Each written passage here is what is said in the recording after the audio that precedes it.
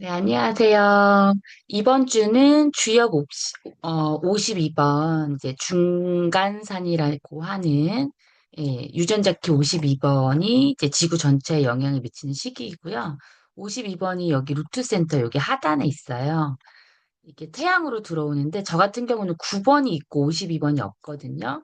근데 이제 이번 주는 52가 태양으로 들어오니까 원래 있던 제 번호 구하고 이제 채널이 돼서 이번 주는 청골하고 루트 센터가 다 정의가 되는 걸 제가 경험하는 시기예요. 그래서 좀 한 번 앉아 있으면 이제 9하고 12 채널이 집중 채널인데 집중력 있게 무언가를 하고 이럴 수 있는 그런 시기거든요. 그래서 J의 기운, MBTI에서 J의 기운을 좀 가질 수 있는 그런 시기예요. 구가 있는 사람은 특히. 그래서 제가 이제 그동안 이제 제모나이로 PPT 만들었는데 시행착오가 있고 뭔가 마무리를 못했는데 이번에는 마무리를 했습니다. 그래서 사진 파일도 제가 다 만들어서 이제 PPT를 완벽하게 이제 드디어 빅터 프랭클의 유전자 키, 빅터 프랭클의 입장으로 한번 52번 중간산을 정리해 보았고요. 그래서 6월 30일까지는 이런 마음으로 한번 여러분 지내보시기 바랍니다. 움직임을 멈출 때 진짜 삶이 시작된다. 주역 52번 중간산과 유전자 키 52번을 빅터 프랭클의 입장에서 재해석해 보겠습니다. 자, 오늘 자리에 앉기 전에 잠깐 멈춰보자. 그냥 멈추는 거야. 숨 한 번 쉬고 아무것도 하지 말고. 어때? 불편하지? 그 불편함이 오늘 우리가 다룰 주제의 핵심이야. 나는 수용소에서 살아남았어. 아우슈비츠에서. 그곳에서 나는 인간이 얼마나 극한의 상황에서도 의미를 찾아낼 수 있는지를 배웠지. 그런데 역설적이게도 그 극한의 고통 속에서 내가 배운 가장 중요한 것 중 하나는 멈추는 것의 힘이었어. 이 이제 52번이 산이라는 휴먼 디자인에서는 산이라고 하는데 이제 산이 두 개가 있거든요. 이제 52번 궤를 보면 이게 이제 이게 산이거든요. 이게 산인데 이제 산이 두 개가 있는 거예요. 그래서 산처럼 가만히 있어요. 또 52가 있는 사람들은 이제 엉덩이가 무거운 사람, 특히 52구가 있으면 몇 시간이고 앉아서 집중할 수 있는 그래서 멈춰서 가만히 있을 수 있는 그런 기운입니다. 그래서 멈추는 것의 힘입니다. 그래서 이번 주는 멈추어서 숨 한 번 쉬지 말고 잠깐 멈춰보는 그런 거 연습하기 참 좋은 시기인 것 같아요. 움직이지 못하는 상황에서 나는 처음으로 진짜로 멈출 수 있었거든. 오늘 우리는 유전자 키 52번을 다룬다. 주역의 52번째 궤의 중간산. 산이 두 개 겹쳐 있는 궤야. 산은 움직이지 않아. 그냥 거기 있어. 그 고요함, 그 부동함, 부동의 지혜를 오늘 같이 들여다볼 거야. 리처드 러드가 말하는 52번의 여정은 이렇게 흘러. 그림자, 스트레스, 선물, 자제, CD, 고요함. 그리고 이 여정의 양극단에는 두 가지 함정이 있어. 하나는 안절부절하지 못하는 restless라고 해서 이제 그림자가 두 가지 상태가 있거든요. 그 반응적 본성이랑 억압적 본성이 있는데 뭔가 계속해야 한다는 강박. 하나는 스톱. 이제 억압적 본성, 꼼짝 못함. 아예 어, 아무것도 못하는 마비 상태. 이 두 함정 사이에서 어떻게 진짜 고요함을 찾아낼 것인가? 이게 오늘의 질문이야. 그래서 그림자 스트레스는 현재 순간을 떠나 있는 상태죠. 그대 현재에 머물지 못하고 몸은 지금 여기에 있으나 마음이 과거에 있으면 후회스럽고요. 미래에 있으면 불안하죠. 그래서 과거나 미래에 가 있을 때 발생하는 에너지의 분열이 스트레스입니다. 선물 자제력, restraint, 충동을 알아채고 바로 반응하지 않고 가만히 있는 거죠. 억압이 아니라 강물이 강둑 안에 있을 때처럼 에너지를 현명하게 담는 것이고요. CD, 고요함, stillness, 행동하는 가운데서 흔들리지 않는 중심을 잡는 거예요. 태풍의 눈처럼 외부의 소용돌이에 반응하지 않고 의무에 뿌리를 내린 상태입니다. 자, 반응적 본성, 안절부절 못함. 어, 연못에 두 마리 물고기가 살고 있었어. 한 마리는 항상 바쁘게 헤엄쳤어. 이쪽 끝에서 저쪽 끝으로 쉬지 않고 다른 물고기들이 물었어. 왜 그렇게 쉬지 않고 헤엄치는 거야? 그 물고기가 대답했어. 멈추면 가라앉을 것 같아서. 다른 한 마리는 항상 바닥에 가라앉아 있었어. 모래속에 반쯤 파묻혀서 다른 물고기들이 물었어. 왜 그렇게 가만히 있는 거야? 그 물고기가 대답했어. 움직이면 뭔가 잘못될 것 같아서. 두 물고기 모두 두려움 속에 있었던 거야.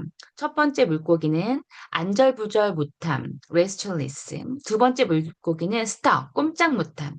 진짜 고요함은 강물 한가운데에서 아무 힘도 들이지 않고 유영하는 세 번째 물고기에게 있었어. 그 물고기는 멈추지도 않았고 미친 듯이 헤엄치지도 않았어. 그냥 흐름 속에 있었어. 현재 순간 속에 완전히 살아있는 채로. 그래서 반응적 분절, 안절부절 못함은 뭔가를 해야 한다는 강박이에요. 멈춤에 대한 두려움이 끊임없이 움직임을 만들어 버립니다. 아침에부터 해야 할 일의 목록에 시달리죠. 쉴 때조차 효율을 계획하고요. 실존적 진공을 피하기 위해서 과도한 바쁨으로 사는 사람입니다. 여러분은 52번이 있는 분들은 본인은 어디, 그림자 상태에서 나는 어디에 해당하는지 한번 확인해 보시면 좋을 것 같아요. 억압적 본성 꼼짝 못함. 에너지가 안으로 향해 마비된 상태예요. 안전해 보이지만 사실은 굳어 있는 가짜 안전입니다.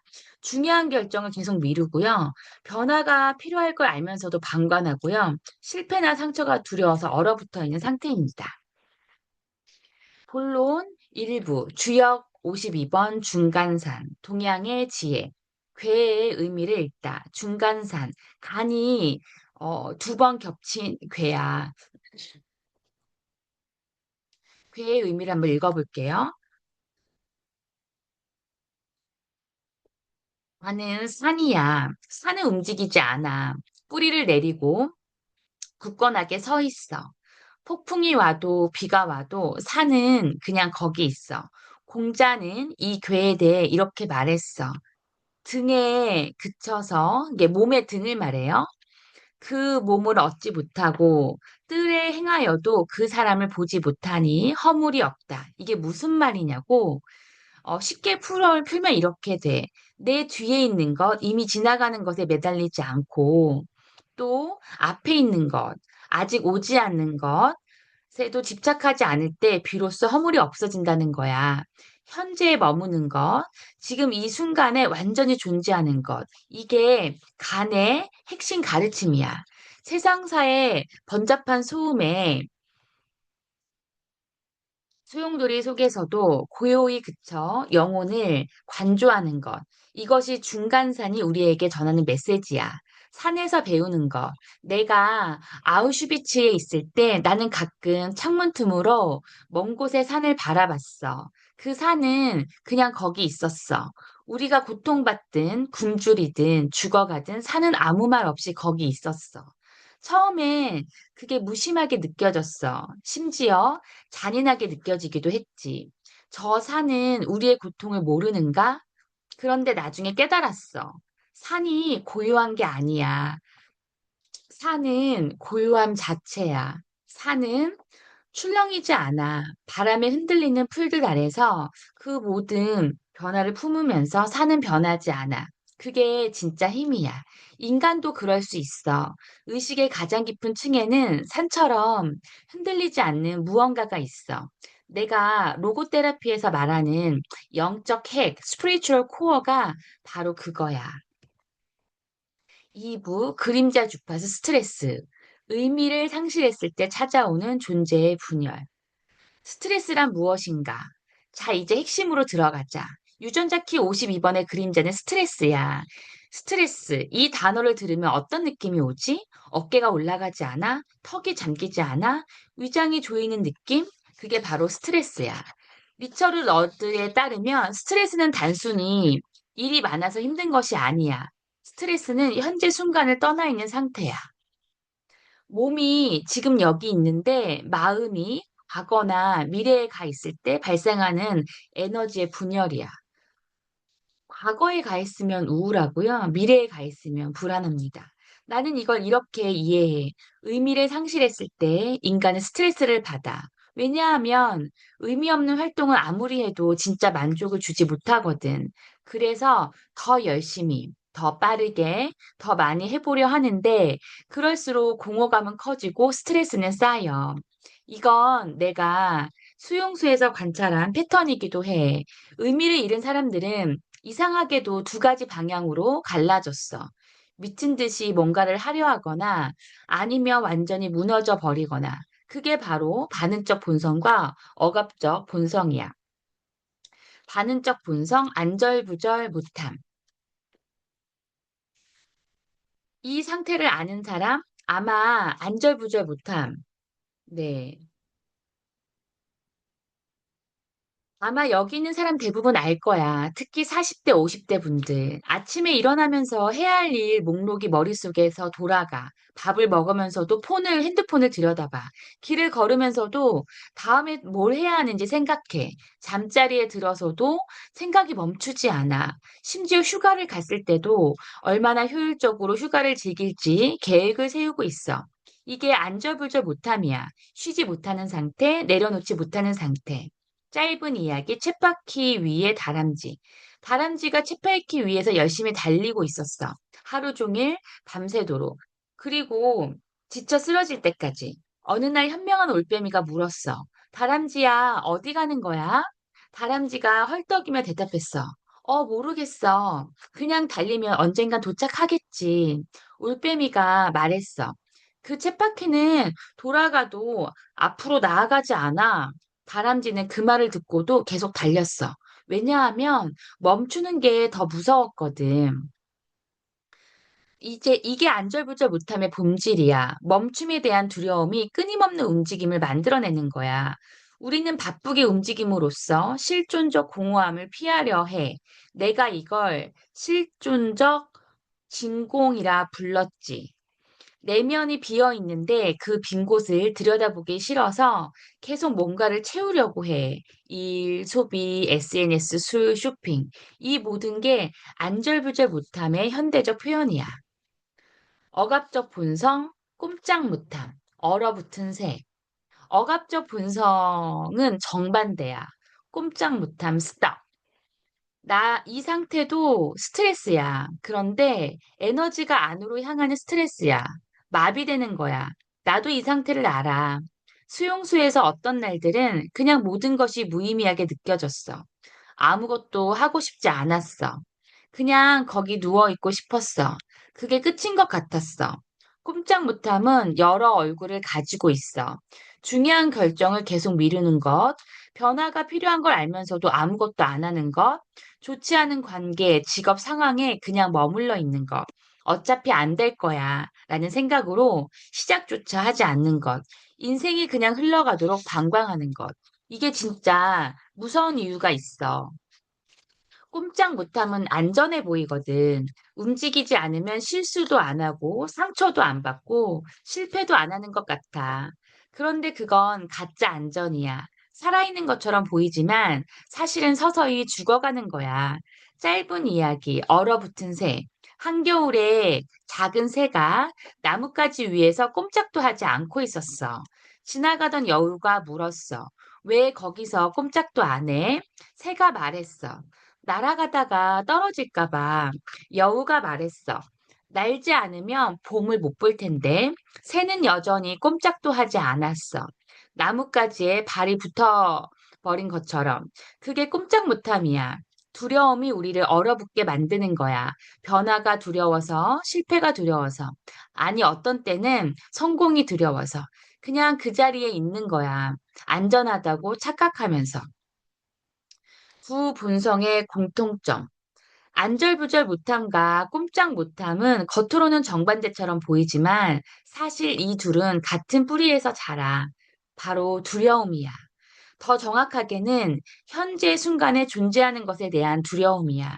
안절부절 못하는 사람은 현재의 공허함이 두려워서 계속 앞으로 달려가. 꼼짝 못하는 사람은 현재를 바꾸는 것이 두려워서 그 자리에 굳어 있어. 둘 다 지금 여기에 없어. 진짜 삶은 지금 여기에 있는데 나는 이것을 이렇게 표현하고 싶어.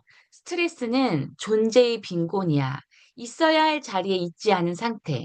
자기 자신으로부터 도망치는 상태.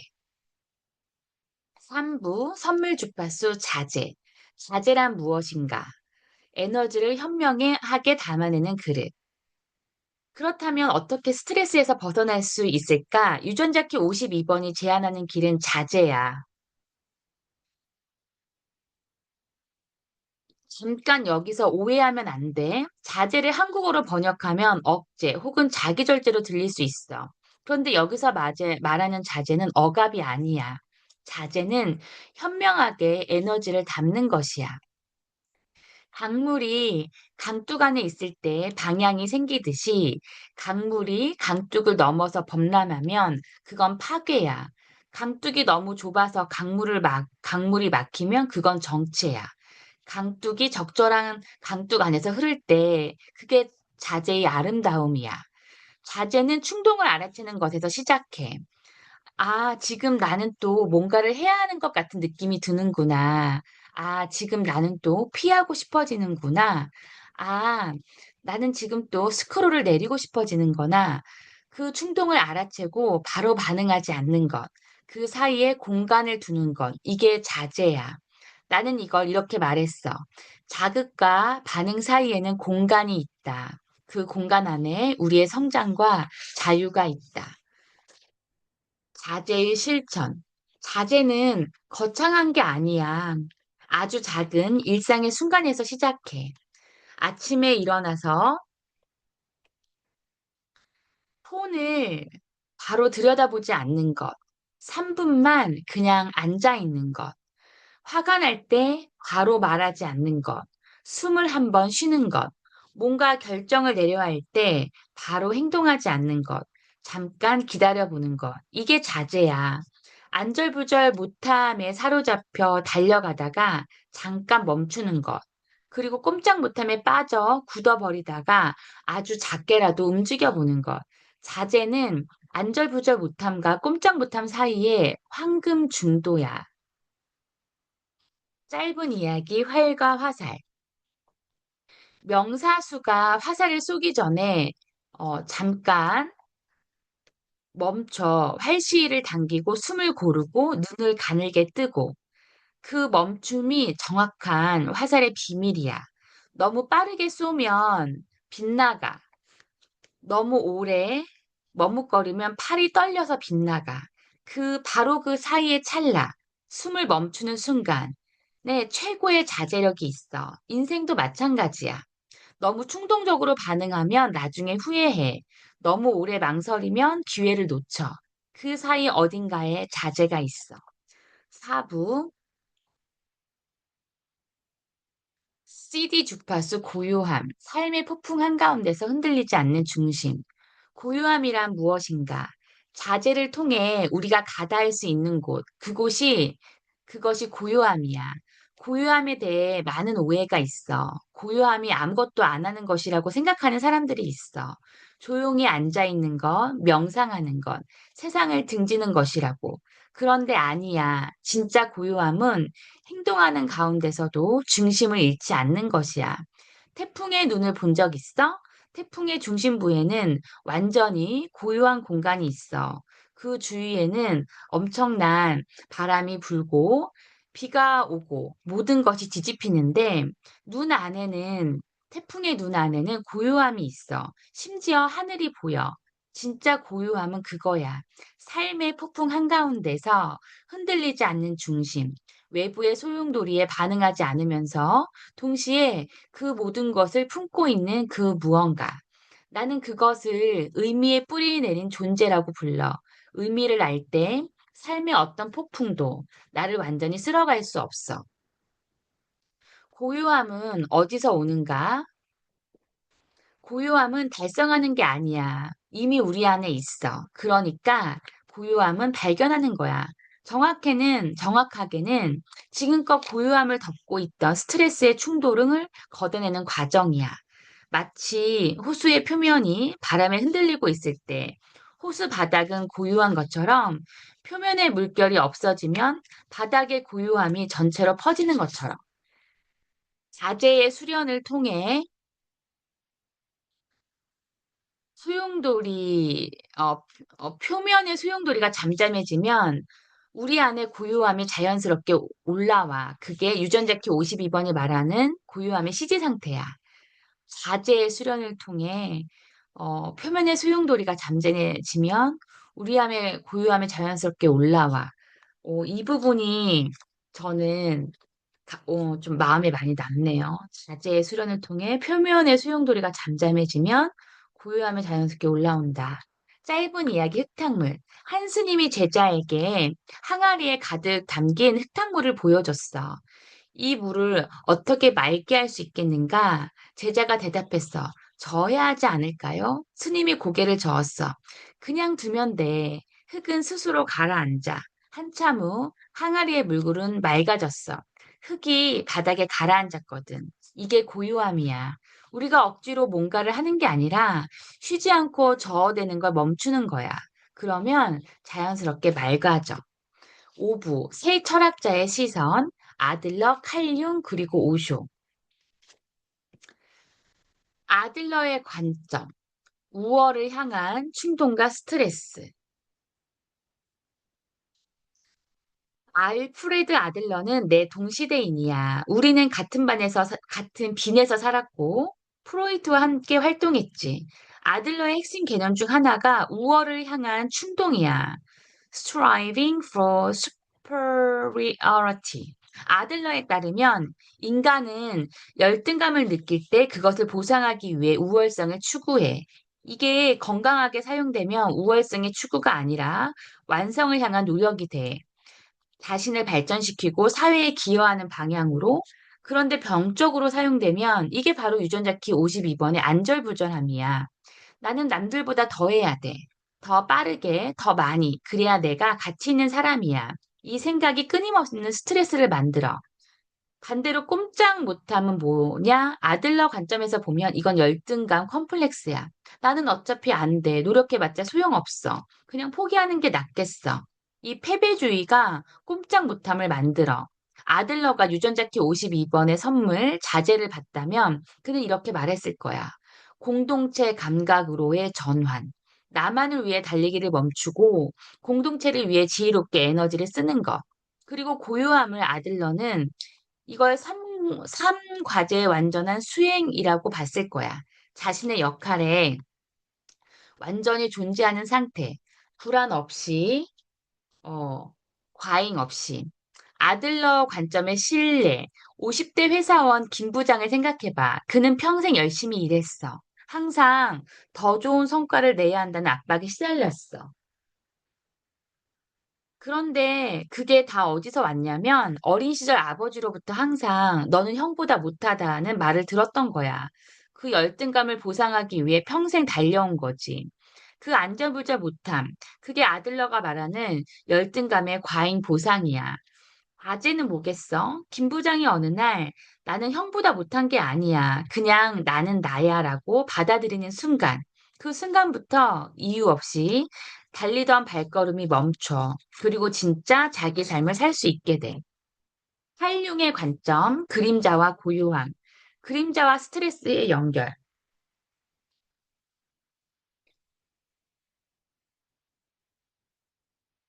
융은 인간의 정신을 빙산에 비유했어.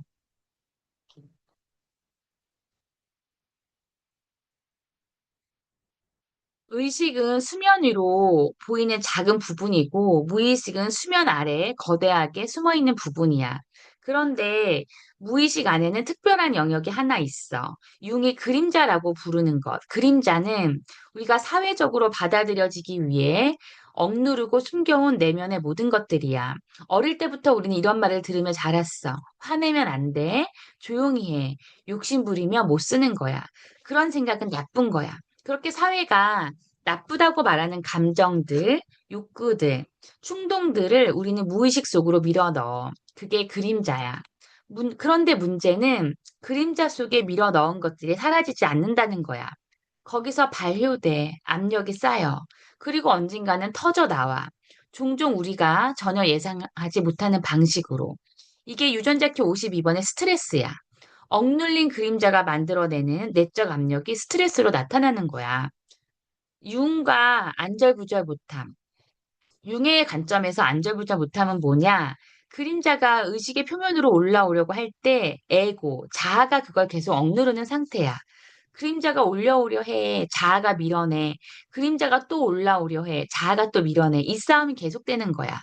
그게 바깥에서 보면 끊임없이 바쁘게 움직이는 것으로 나타나. 뭔가 계속 함으로써 그림자가 올라오는 것을 막는 거야. 멈추면 그 불편한 것들이 올라오니까 절대 멈추면 안 되는 거지. 짧은 이야기. 문을 등으로 막는 사람. 어떤 사람이 문을 등으로 막고 있었어. 등 뒤에서 뭔가가 계속 밀려오고 있었거든. 그 사람은 온 힘을 다해 문을 밀었어. 하루 종일 밤새도록. 지나가던 사람이 물었어. 문 뒤에 뭐가 있어?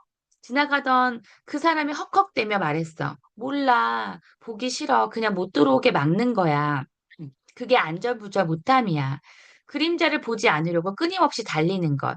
융이라면 이렇게 말했을 거야. 문 한번 열어봐. 내가 그토록 무서워하는 게 사실은 너 자신의 일부야. 융과 꼼짝 못함. 반대로 꼼짝 못하면 어떻게 볼 수 있을까? 이건 그림자에 완전히 압도된 상태야. 그림자의 에너지가 너무 커서 자아가 그냥 무너져 버린 거야. 우울증이 종종 이런 모습으로 나타나. 아무것도 하기 싫고, 아무 의미도 없고, 그냥 멍하게 있는 것. 억눌려 있던 감정들이 한꺼번에 쏟아져 내려 자아를 짓누르는 거야. 융은 이 상태를 자아가 무의식에 잠식된 상태라고 봤어. 빠져나오려면 그림자를 싸워서 이기는 게 아니라 대화해야 한다고 했지. 융이 말하는 자제와 고요함, 개성화. 그렇다면 융의 관점에서 유전자 키 52번의 선물인 자제와 CD인 고요함은 어떻게 연결될까? 융은 이것을 개성화라고 불렀어. 개성화는 그림자를 억누르거나 그림자에 잡아먹히거나 이 둘 다가 아니야. 그림자를 의식 속으로 통합하는 과정이야. 아, 나는 화가 많은 사람이구나. 그런데 그 화는 어디서 왔지? 그게 나한테 무엇을 말하려 하는지 들어볼게. 이 태도가 개성화의 시작이야. 그림자를 알아보고 인정하고 통합할 때 그때 비로소 진짜 고요함이 찾아와. 싸울 상대가 없어지는 거야. 문지에 있던 게 알고 보니 내 일부였으니까. 융은 이 개성화의 욕구가 특히 40대 이후에 강하게 나타난다고 봤어. 지금 이 강의를 듣고 있는 40에서 60대 여러분, 괜히 여기 온 게 아니야. 새는 알을 깨고 나온다는 헤세의 문장처럼 그 알이 바로 우리가 지금껏 쌓아올린 페르소나, 사회적 가면과 억눌린 그림자야. 그걸 깨고 나올 때 진짜 자기 자신이 드러나. 그게 융이 말하는 고요함의 경지야. 이렇게 칼융의 관점을 정리하면 이제 스트레스는 칼융은 억눌린 그림자가 만들어낸 무의식적인 압력이고 안절부절 못함, 그림자를 보지 않으려고 끊임없이 달려가는 것이고 꼼짝 못함은 그림자에 압도되어 자아가 마비되는 것, 자제는 그림자를 알아보고 대화를 시작하는 것, 고요함은 그림자가 통합되어 그림자와 대화하고 직면하는 게 자제고 개성화의 완성, 의식과 무의식이 통합되는 거죠. 완성된 상태고 그림자가 통합되어 개성화가 완성된 상태가 고요함이야. 오쇼의 관점. 존재의 춤과 고요함. 오쇼를 소개하며. 자, 이제 오쇼야. 오쇼. 그 이름만 들어도 벌써 뭔가 불편해지는 사람이 있을 거야. 그 사람 뭔가 이상한 사람 아니야? 하고, 맞아. 오쇼는 논쟁적인 인물이야. 나도 그의 모든 것에 동의하지는 않아. 그런데 그의 통찰 중에는 정말 날카롭게 핵심을 찌르는 것들이 있어. 특히 유전자 키 52번 고요함의 주제에 있어서는 오쇼가 가장 직접적으로 가장 파격적으로 말한 사람 중 하나야. 오쇼의 본명은 라즈니 씨. 인도 출신의 신비주의 철학자이자 명상 스승이야. 그는 평생 하나의 주제를 다양한 방식으로 이야기했어. 지금 이 순간으로 돌아와라. 그게 전부야. 듣기엔 단순해. 그런데 실천하기가 얼마나 어려운지 그걸 오쇼는 아주 잘 알고 있었어. 오쇼가 본 스트레스의 뿌리. 오쇼는 스트레스를 이렇게 봤어. 마인드, 마음이 지금 이 순간에 없는 상태. 마음은 항상 과거나 미래에 있어. 현재 순간의 부재, 마음이 과거나 미래로 방황하는 거지. 지금 밥을 먹으면서도 오후 회의 걱정을 해. 지금 샤워를 하면서도 어제 있었던 말다툼을 되새겨. 지금 누군가와 대화하면서도 이 대화가 어떻게 끝날지를 계산해. 몸은 지금 여기 있는데 마음은 어딘가 다른 곳에 있는 거야. 그 분열이 스트레스야. 오쇼가 즐겨 쓴 표현이 있어. 당신은 항상 어딘가로 가고 있지만 결코 도착하지 못한다. 목적지에 도착하면 또 다음 목적지가 생겨. 그 다음에 또 그렇게 평생을 달려가.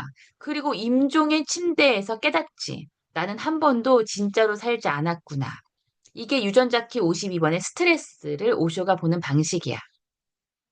오쇼와 안절부절 못함, 레스트리스. 오쇼는 안절부절 못함을 마음의 습관적 달리기라고 불렀어. 마음은 정적을 견디지 못해. 아무것도 안 하는 상태가 오면 마음은 즉시 무언가를 만들어내. 여기서 마음은 생각이라고 보시면 돼요. 걱정, 계획, 상상, 판타지, 분노, 후회. 뭐든 좋으니까 자기를 바쁘게 만들어. 왜냐고? 마음이 멈추면 마음이 필요 없는 에너지 필요 없어지는 게 드러나기 때문이야. 이건 오쇼의 핵심 통찰 중 하나야. 에고, 마음은 자기 생존을 위해 계속 문제를 만들어내. 문제가 없으면 마음이 없어지거든. 그래서 마음은 절대로 다 해결됐어, 이제 쉬어도 돼라고 말하지 않아. 항상 새로운 걱정거리를 찾아내. 짧은 이야기, 원숭이와 사슬. 어떤 원숭이가 사슬에 묶여 있었어. 어느 날 사슬이 풀렸어. 그런데 원숭이는 도망가지 않았어. 대신 없어진 사슬을 손으로 붙들고 있었어. 사슬에 너무 익숙해져서 사슬 없이 어떻게 살지 몰랐던 거야. 오쇼는 인간의 마음이 그렇다고 말했어. 우리는 걱정과 불안이라는 사슬을 스스로 붙들고 있어. 그게 익숙하고 안전하게 느껴지기 때문에. 안절부절 못하면 사슬이 풀렸는데도 사슬을 붙들고 있는 상태야. 오쇼와 꼼짝 못함. 그렇다면 꼼짝 못함은 오쇼는 이걸 죽어있는 삶이라고 표현했어. living death. 사람들은 살아있는 죽음이네요. living death는. 사람들은 어느 순간 자기 자신에 대한 고정된 이미지를 갖게 돼. 나는 이런 사람이야. 나는 이것밖에 못해. 나는 원래 그래. 이 고정된 이미지가 일종의 감옥이 되는 거야. 오쇼는 이 상태를 석화라고 불렀어. 돌처럼 굳어버리는 것, 살아있지만 자라지 않는 것. 문제는 이 상태가 편안하게 느껴진다는 거야. 변화는 두렵고 불확실하고 에너지가 필요해. 반면 굳어있는 것은 예측 가능하고 안전해 보여. 그래서 사람들은 자신이 꼼짝 못함에 빠져 있다는 걸 알면서도 그 상태를 유지해. 오쇼가 즐겨 쓰는 비유가 있어. 짧은 이야기, 씨앗의 선택. 땅속에 씨앗이 있었어. 봄이 왔어. 비가 내렸어. 햇빛이 들어왔어. 씨앗이 생각했어. 껍데기를 깨면 아플 거야. 뿌리를 내리면 힘들 거야. 그냥 여기 이대로 있는 게 낫겠어. 씨앗은 결국 싹을 틔우지 못했어. 안전한 껍데기 안에서 서서히 썩어갔어. 오쇼는 말했어. 성장하지 않는 것은 죽어가는 것과 같다. 변화의 고통을 피하려다 삶 자체를 잃는 거야. 꼼짝 못하는 안전한 껍데기 안에서 스스로를 썩히는 것이야. 오쇼가 말하는 자제, 관조. 오쇼의 언어로 자제를 표현하면 관조야. 그 위트니스닉이 원래 이제 그 뭐죠? 그 이제 뭐라 위트니스 제가 아는데 생각이 안 나네요. 뭐라고 하지? 이렇게 뭔가 관찰하는 사람으로 판단 없이 바라보기, 관조. 관조는 억누르는 게 아니야. 억누르면 그림자가 된다는 걸 오쇼는 아주 잘 알았어. 이 점에서 오쇼와 융은 일치해. 관조는 지켜보는 것이야. 화가 올라올 때 화를 터뜨리지도 않고 억누르지도 않아. 그냥 봐. 아, 지금 나에게 화가 올라오고 있구나. 판단 없이, 반응 없이. 불안이 올라올 때 불안과 싸우지도 않고 불안에 삼켜지지도 않아. 그냥 봐. 아, 지금 불안이라는 느낌이 있구나. 이게 오쇼가 말하는 자제야. 에너지를 억압하거나 폭발시키는 게 아니라 에너지를 바라보는 것. 바라보는 순간 그 에너지는 자동으로 변한대. 오슈가 한 말을 그대로 옮겨볼게. 당신이 분노를 지켜볼 수 있다면 당신은 분노가 아니다. 당신이 슬픔을 지켜볼 수 있다면 당신은 슬픔이 아니다. 지켜보는 자는 항상 자유롭다. 이게 바로 유전자키 52번의 자제의 오슈족 표현이야. 순동과 반응 사이에 관조의 공간을 두는 것. 오쇼의 고유함, 존재, 비잉 그 자체. 그리고 고요함에 대해 오쇼는 아주 독특한 방식으로 말했어. 오쇼는 고요함을 달성하는 것이 아니라 본래 상태, 내추럴 스테이트라고 봤어. 고요함은 우리가 얻어야 할 무언가가 아니야. 고요함은 우리가 이미 있는 것이야. 단지 우리가 마음의 소음에 정신이 팔려서 그것을 알아채지 못할 뿐이야. 오쇼가 자주 쓴 비유가 있어. 짧은 이야기, 하늘과 구름. 하늘을 봐. 어떤 날은 구름이 많아. 폭풍이 치기도 해. 천둥이 울리기도 해. 그런데 구름 위로 올라가면 항상 파란 하늘이 있어. 구름이 아무리 많아도 하늘은 더럽혀지지 않아. 하늘은 모든 구름을 품으면서 하늘 그대로야. 오쇼는 말했어. 당신의 의식은 하늘과 같다. 생각과 감정은 구름이다. 구름이 지나가게 두어라. 하늘은 항상 거기 있다. 고요함은 구름을 없애는 게 아니야. 내가 구름이 아니라 하늘임을 아는 것. 그것이 오쇼가 말하는 CD의 경제, 고요함이야. 구름이 거친 상태, 음, 본래 상태, 맑은 하늘. 오쇼의 관점의 신뢰. 한 40대 여성을 생각해봐. 이름은 지영이라고 해. 지영은 항상 바빠. 아이 둘, 시어머니 모시기, 직장, 남편 뒷바라지. 어느 날 남편이 말했어. 여보, 오늘 혼자만의 시간을 가져봐. 내가 다 할게. 지영은 처음으로 혼자 카페에 앉았어. 그런데 이상한 거야. 아무것도 안 해도 되는 상황인데 더 불안한 거야. 뭔가를 해야 할 것 같고, 이렇게 있으면 안 될 것 같고. 이게 오쇼가 말하는 안절부절 못함이야. 바쁨에 너무 익숙해져서 고요함에 낯설어진 거야. 오쇼라면 지영이에게 이렇게 말했을 거야. 지금 그 불안을 봐. 싸우지 말고, 억누르지 말고, 그냥 봐. 아, 나는 지금 아무것도 안 하는 게 불안하구나. 그렇게 바라봐. 그 불안이 어디서 오는지, 어떤 모양인지 그냥 관찰해. 그렇게 지영이 그 불안을 관조하기 시작하면 처음엔 더 강하게 올라와. 그런데 계속 바라보면 천천히 잔잔해져. 구름이 지나가듯. 그리고 그 아래서 아주 오랫동안 잊고 있었던 무언가가 올라와. 고요함. 그게 지영의 본래 상태였는데 수십 년간 바쁨에 덮여버렸던 거야. 프랭클은 스트레스를 삶에서 의미를 잃은 실존적 진공이라고 보았고요. 자제는 반응과 공간 사이에서 태도를 선택하는 거, 고요함, CD는 의미로 충만한 현존을 CD라고 했습니다. 6부, 새 철학자를 비교 정리했고요. 어, 이제는 프랭클의 관점으로 한번 통합해 보겠습니다. 네.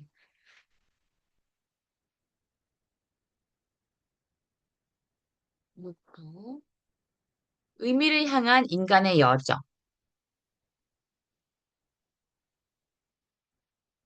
음,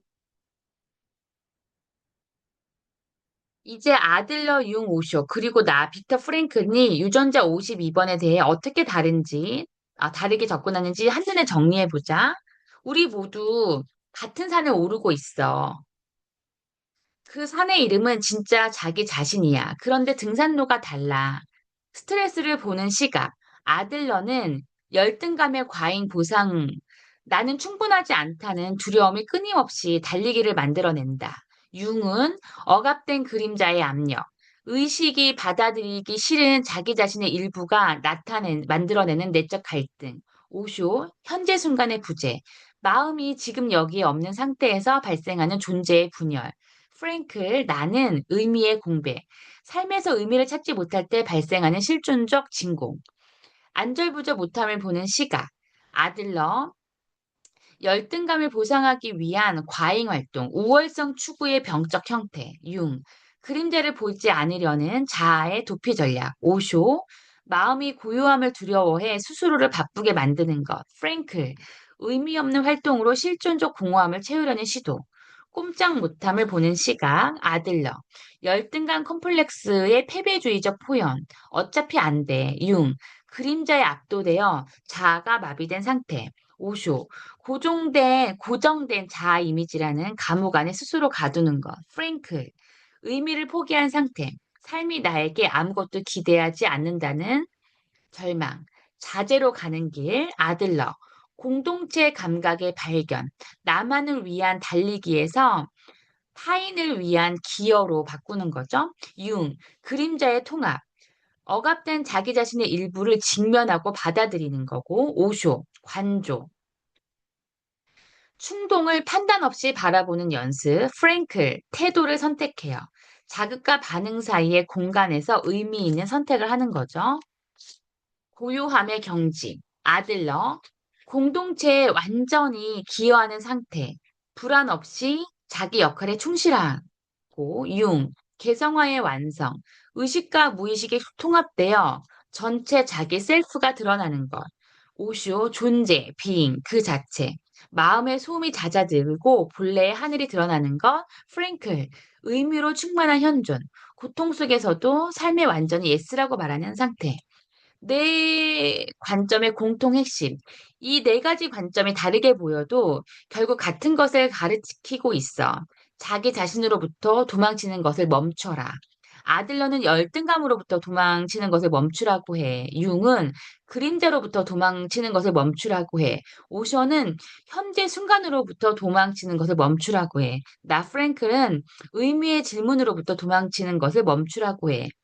52번 유전자 키 산, 간이 말하는 것도 결국 같아. 멈춰. 여기 있어. 지금 이 순간에. 어,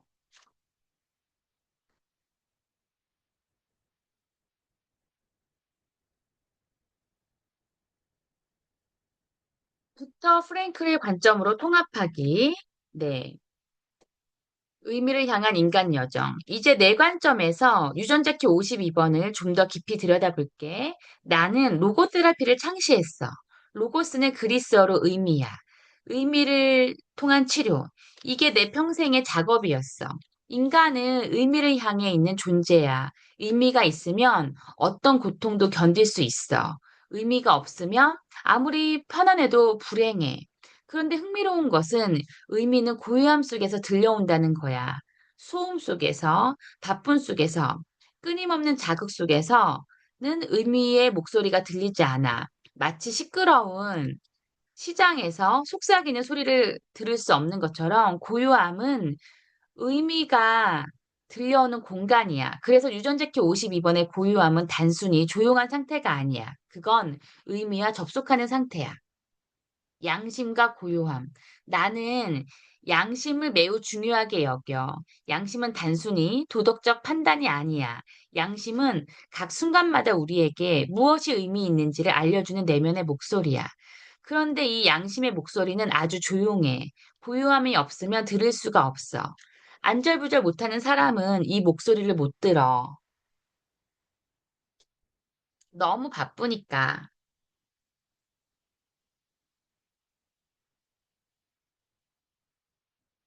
꼼짝 못하는 사람도 이 목소리를 못 들어. 너무 굳어 있으니까. 자제를 통해 잠깐 멈출 때 비로소 그 목소리가 들려. 아, 나는 이걸 하고 싶었구나. 이게 나한테 진짜 중요한 거구나. 이게 내 삶의 의미구나.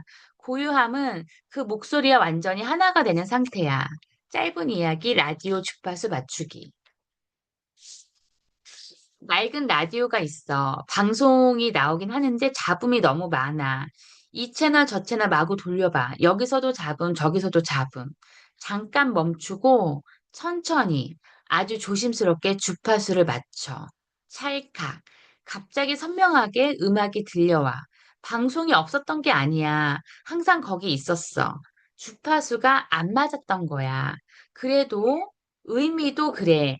삶의 의미는 항상 거기 있어. 단지 우리의 마음이 잡음으로 가득 차 있어서 못 들었을 뿐이야. 고요함은 주파수를 맞추는 거야. 의미의 방송이 선명하게 들려오는 상태. 강의를 닫으며 마무리. 오늘 우리는 긴 여행을 했어. 주역 52번 중산간의 산에서 시작해서 유전자키 52번의 스트레스에서 고요함으로 이어지는 길을 걸었어. 안절부절 못함과 꼼짝 못함이라는 두 함정을 살펴봤고 아들러 융오쇼 그리고 내관점으로 이것을 다각도로 바라봤어. 이게 마지막으로 가장 중요한 이야기를 할게. 나는 아우슈비츠에서 살아남았어. 그 경험이 나의 모든 이론의 뿌리야. 거기서 나는 인간이 얼마나 극한의 상황에서도 존엄성을 지킬 수 있는지를 봤어. 그리고 동시에 얼마나 쉽게 무너지는지도. 무너진 사람들과 살아나는 사람들의 차이는 뭐였을까? 체력이 아니었어. 나이도 아니었어. 심지어 의지도 아니었어. 의미였어. 삶이 자신에게 무언가를 기대하고 있다는 것을 아는 사람들이 살아남았어. 아직 해야 할 일이 있다는 것, 사랑하는 사람이 기다리고 있다는 것, 완성해야 할 작품이 있다는 것, 그리고 그 의미는 고요함 속에서 비로소 들려왔어.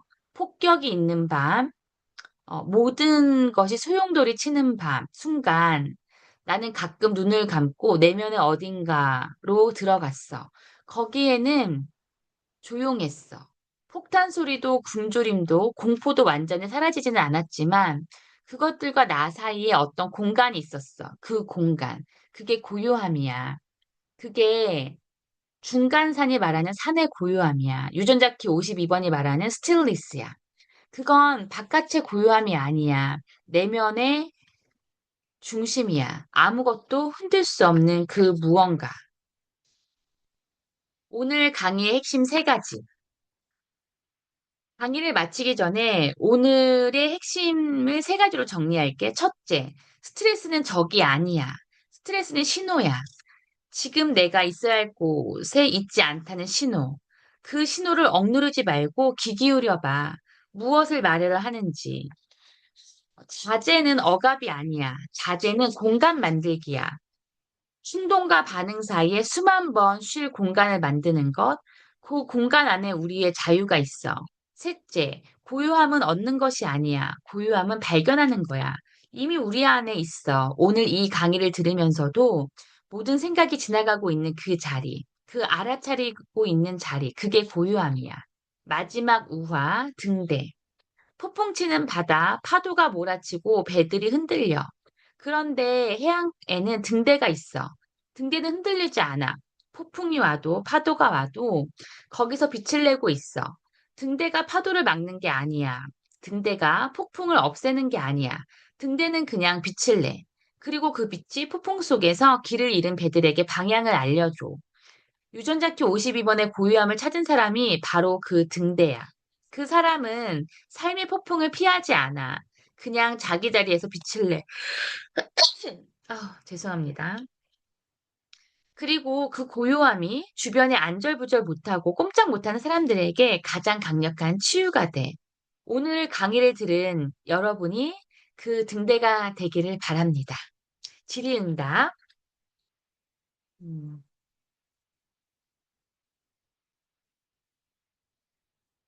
저는 멈추면 불안해져요. 고요함을 찾고 싶은데 막상 조용히 있으면 더 힘들어요. 왜 그런가요? 아주 정확한 질문이야. 좋아. 그 불안, 그게 정상이야. 오히려 그 불안이 나타나는 게 좋은 신호야. 왜냐고? 불안이 나타난다는 건 살아있다는 증거야. 무감각해진 사람은 불안도 못 느껴. 불안을 느낀다는 건 아직 내면이 살아서 뭔가를 말하려고 한다는 거야. 오슈가 말한 것처럼 멈출 때 불안이 올라오는 것.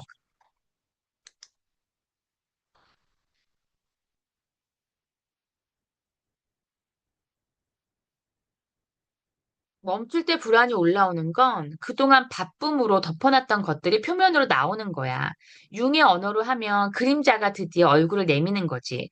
그걸 없애려고 하지 마. 싸우려고도 하지 마. 그냥 앉아서 그 불안에게 말을 걸어봐. 너 거기 있었구나. 무슨 말을 하고 싶어? 처음엔 말이 없을 거야. 그냥 계속 불안할 거야. 그래도 괜찮아. 그 자리에 그냥 있어봐. 3분, 5분, 일주일 동안 매일 5분. 어느 날 갑자기 그 불안 아래에서 뭔가 다른 게 올라올 거야. 조용하고 따뜻하고 익숙한 무언가가. 그게 내가 찾던 고요함이야. 불안은 고요함의 문지기야. 문지기를 이기려 하지 말고 통과해. 저는 반대예요. 저는 너무 아무것도 안 하게 돼요. 의욕이 없고 그냥 멍하게 있어요. 꼼짝 못하면서 어떻게 빠져나오나요? 아, 이건 꼼짝 못함의 고전적인 모습이야. 먼저 알아야 할 게 있어. 꼼짝 못함에서 빠져나오는 방법은 큰 동기를 찾는 게 아니야. 나는 왜 사는가? 내 인생의 의미는 무엇인가? 이런 거대한 질문부터 시작하면 더 무서워지거든. 내가 수용소에서 배운 것이 있어. 완전히 무너진 상태에서 사람을 살려내는 건 거대한 사명감이 아니야. 아주 작고 구체적인 것이야. 내일 아침에 커피 한 잔을 마실 거야. 오늘 저녁에 좋아하는 음악을 10분만 들을 거야. 내일 딱 10분만 산책할 거야. 이게 다야. 거창하지 않아도 돼.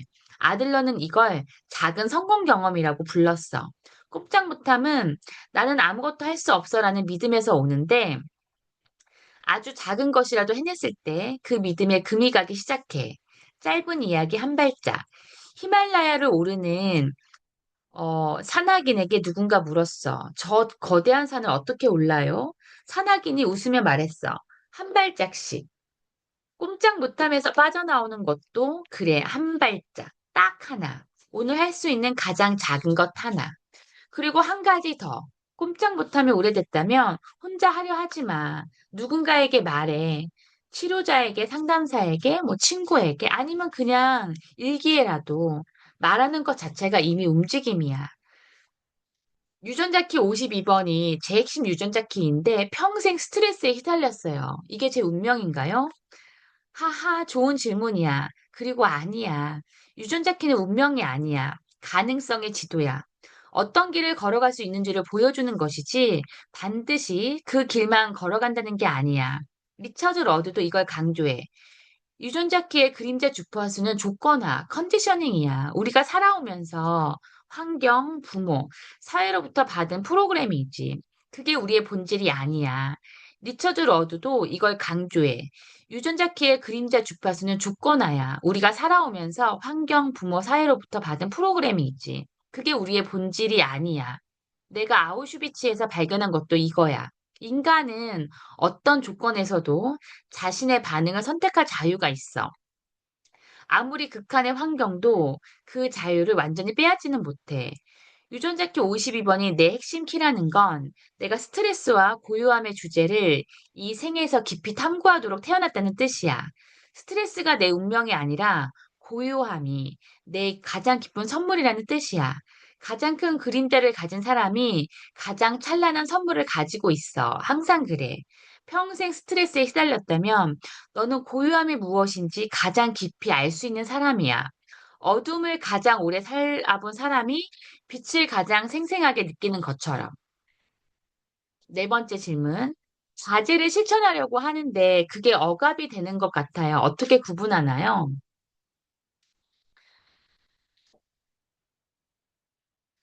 핵심을 찌르는 질문이야. 이게 정말 중요해. 자제와 억압의 차이는 이거야. 억압은 감정이나 충동을 없애려는 거야. 이 화는 나쁜 거야. 느끼면 안 돼. 사라져. 이렇게 억압은 에너지를 무의식 속으로 밀어넣어. 융이 말한 그림자가 만들어지는 과정이지, 자제는 감정이나 충동을 알아채고 이해하고 현명하게 다루는 거야. 아, 나 지금 화가 났네. 이 화가 어디서 왔지? 지금 바로 터트리는 게 최선일까? 이렇게. 억압은 감정을 지하실에 가두는 거야. 자제는 감정을 거실에 앉혀놓고 차 한 잔 내오는 거야. 짧은 이야기, 화상과 댐. 억압은 화산의 뚜껑을 덮는 거야. 잠깐은 막히는 것 같아. 그런데 압력이 계속 쌓이다가 어느 날 폭발해. 자제는 강에 댐을 만드는 거야. 막는 게 아니야. 흐름을 조절하는 거야.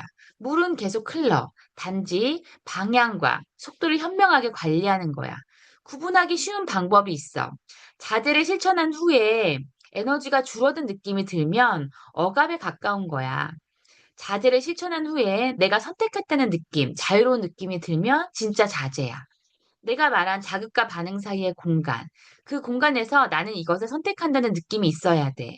그게 자제와 억압을 가른 핵심이야. 명상을 해본 적이 없는데 고요함을 찾으려면 반드시 명상을 해야 하나요? 아니야. 명상은 방법 중 하나일 뿐이야. 오쇼는 명상의 광범위한 정의를 갖고 있었어. 그게 명상은 방석 위에 앉아 있는 것만이 아니야. 완전한 현존의 모든 형태가 명상이야. 설거지를 하면서 완전히 그 물의 온도, 그릇의 감촉, 비누 거품에 집중한다면 그게 명상이야. 걸으면서 발바닥이 땅에 닿는 감각에 완전히 집중한다면 그게 명상이야. 누군가의 말을 들으면서 다음에 내가 할 말을 생각하지 않고 완전히 그 사람에게 집중한다면 그게 명상이야. 아들러의 관점에서 보면 완전한 공동체 참여 자체가 고요함의 실천이야. 내 걱정에서 벗어나 온전히 다른 사람에게 집중하는 것.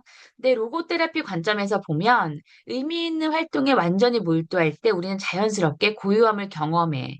심리학자 칙센트 미하이가 말하는 플로우 상태가 바로 그거야. 시간 가는 줄 모르고 무언가에 완전히 빠져드는 그 순간. 스트레스가 없잖아? 안절부절 못함도 꼼짝 못함도 없어. 그게 고요함이야.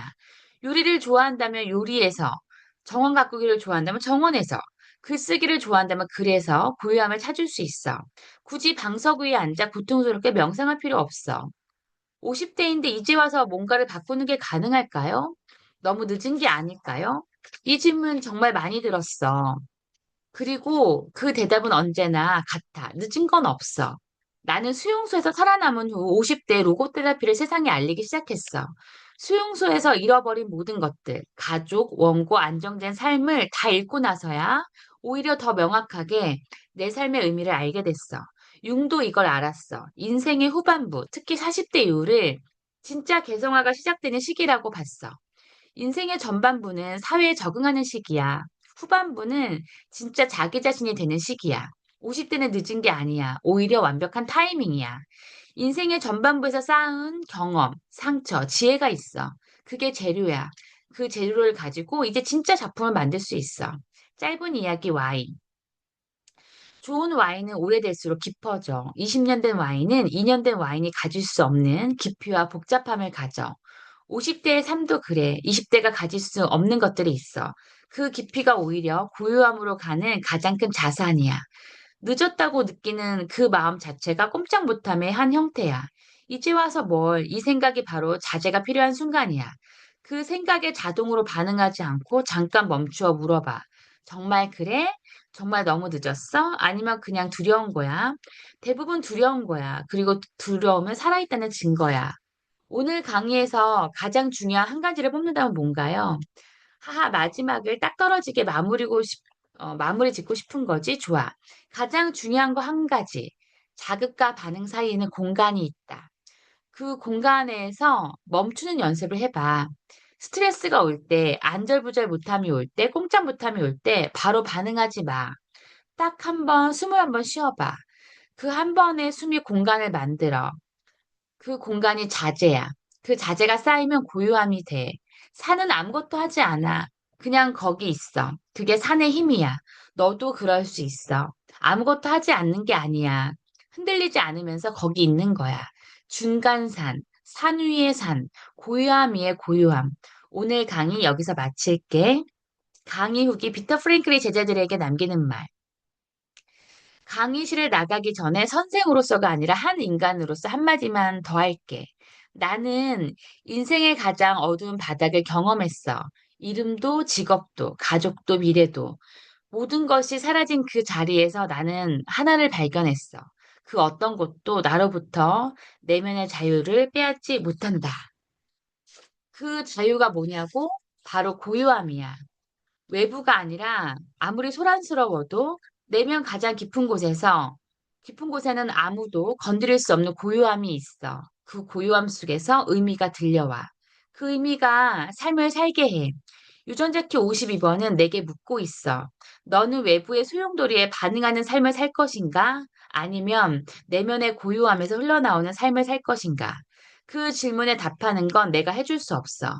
그건 오직 내가 할 수 있어. 오늘 강의를 듣고 집에 가면 딱 5분만 해봐. 아무것도 하지 말고 폰도 내려놓고 눈을 살짝 감고 숨을 느끼고 그냥 있어봐. 그 5분이 시작이야. 산은 하루아침에 만들어지지 않았어. 수백만 년에 걸쳐서 쌓이고 쌓였어. 고요함도 그래. 오늘의 5분, 내일의 5분, 모레의 5분. 그게 쌓여서 어느 날 내 안에 산이 생겨. 중간산, 산 위의 산, 고요함 위에 고요함, 그게 너야. 저도 강의 마치고 한 5분 동안 가만히 있어 봐야겠어요. 어, 이 52번하고 9번 채널이 있는 사람 옆에 있으면 저도 집중력이 생기고 집중해서 무언가 일을 할 수 있더라고요. 그래서 이번 주에 저도 25일부터 한 26일부터 이제 시작이 되는데 한 30일까지 52가 작용하는 시기잖아요. 그래서 저도 이 안절부절 못함을 경험했어요. 근데 그때 저도 이 여기서 말하는 가르친 대로 그냥 저를 봤어요. 지켜봤어요. 그러니까 처음으로 진짜 오랜만에 아무 일정도 없는 날이 생긴 거예요. 근데 못 견디겠는 거예요. 너무 불안하고 그냥 쉬는 게 아니고 뭔가 해야 될 것 같고 그런 저를 지켜보고 아 다음에 제가 이번 주는 하루 빼고 아무 일도 없거든요. 일정이. 그래서 이번에는 다음에 오면 그냥 아침에 일어나자마자 오늘 뭐 해야지 이제 목표를 좀 설정해 놓고 그리고 항상 제가 이제 뭐 주역 묵상하니까 주역 묵상하고 해야 할 일들 좀 근데 이게 의무감이 아니라 예, 좀 적어 놓고 고요하게 52구가 이제 집중해서 뭔가를 할 수 있는 에너지거든요. 그래서 집중해서 고요하게 나만의 시간을 좀 가져보려고 합니다. 여러분도 이 산과 같은 고요함 위에서 진짜 나의 현존을 발견하는 그런 시간 되었으면 좋겠습니다. 30일부터는 이제 39번이 태양으로 들어오는 시기예요. 다음 주에는 39번으로 만나 뵙겠습니다. 끝내겠습니다. 들어주셔서 감사합니다. 후기를 댓글로 달아주시면 아니면 단톡방에 좀 남겨주시면 감사하겠습니다.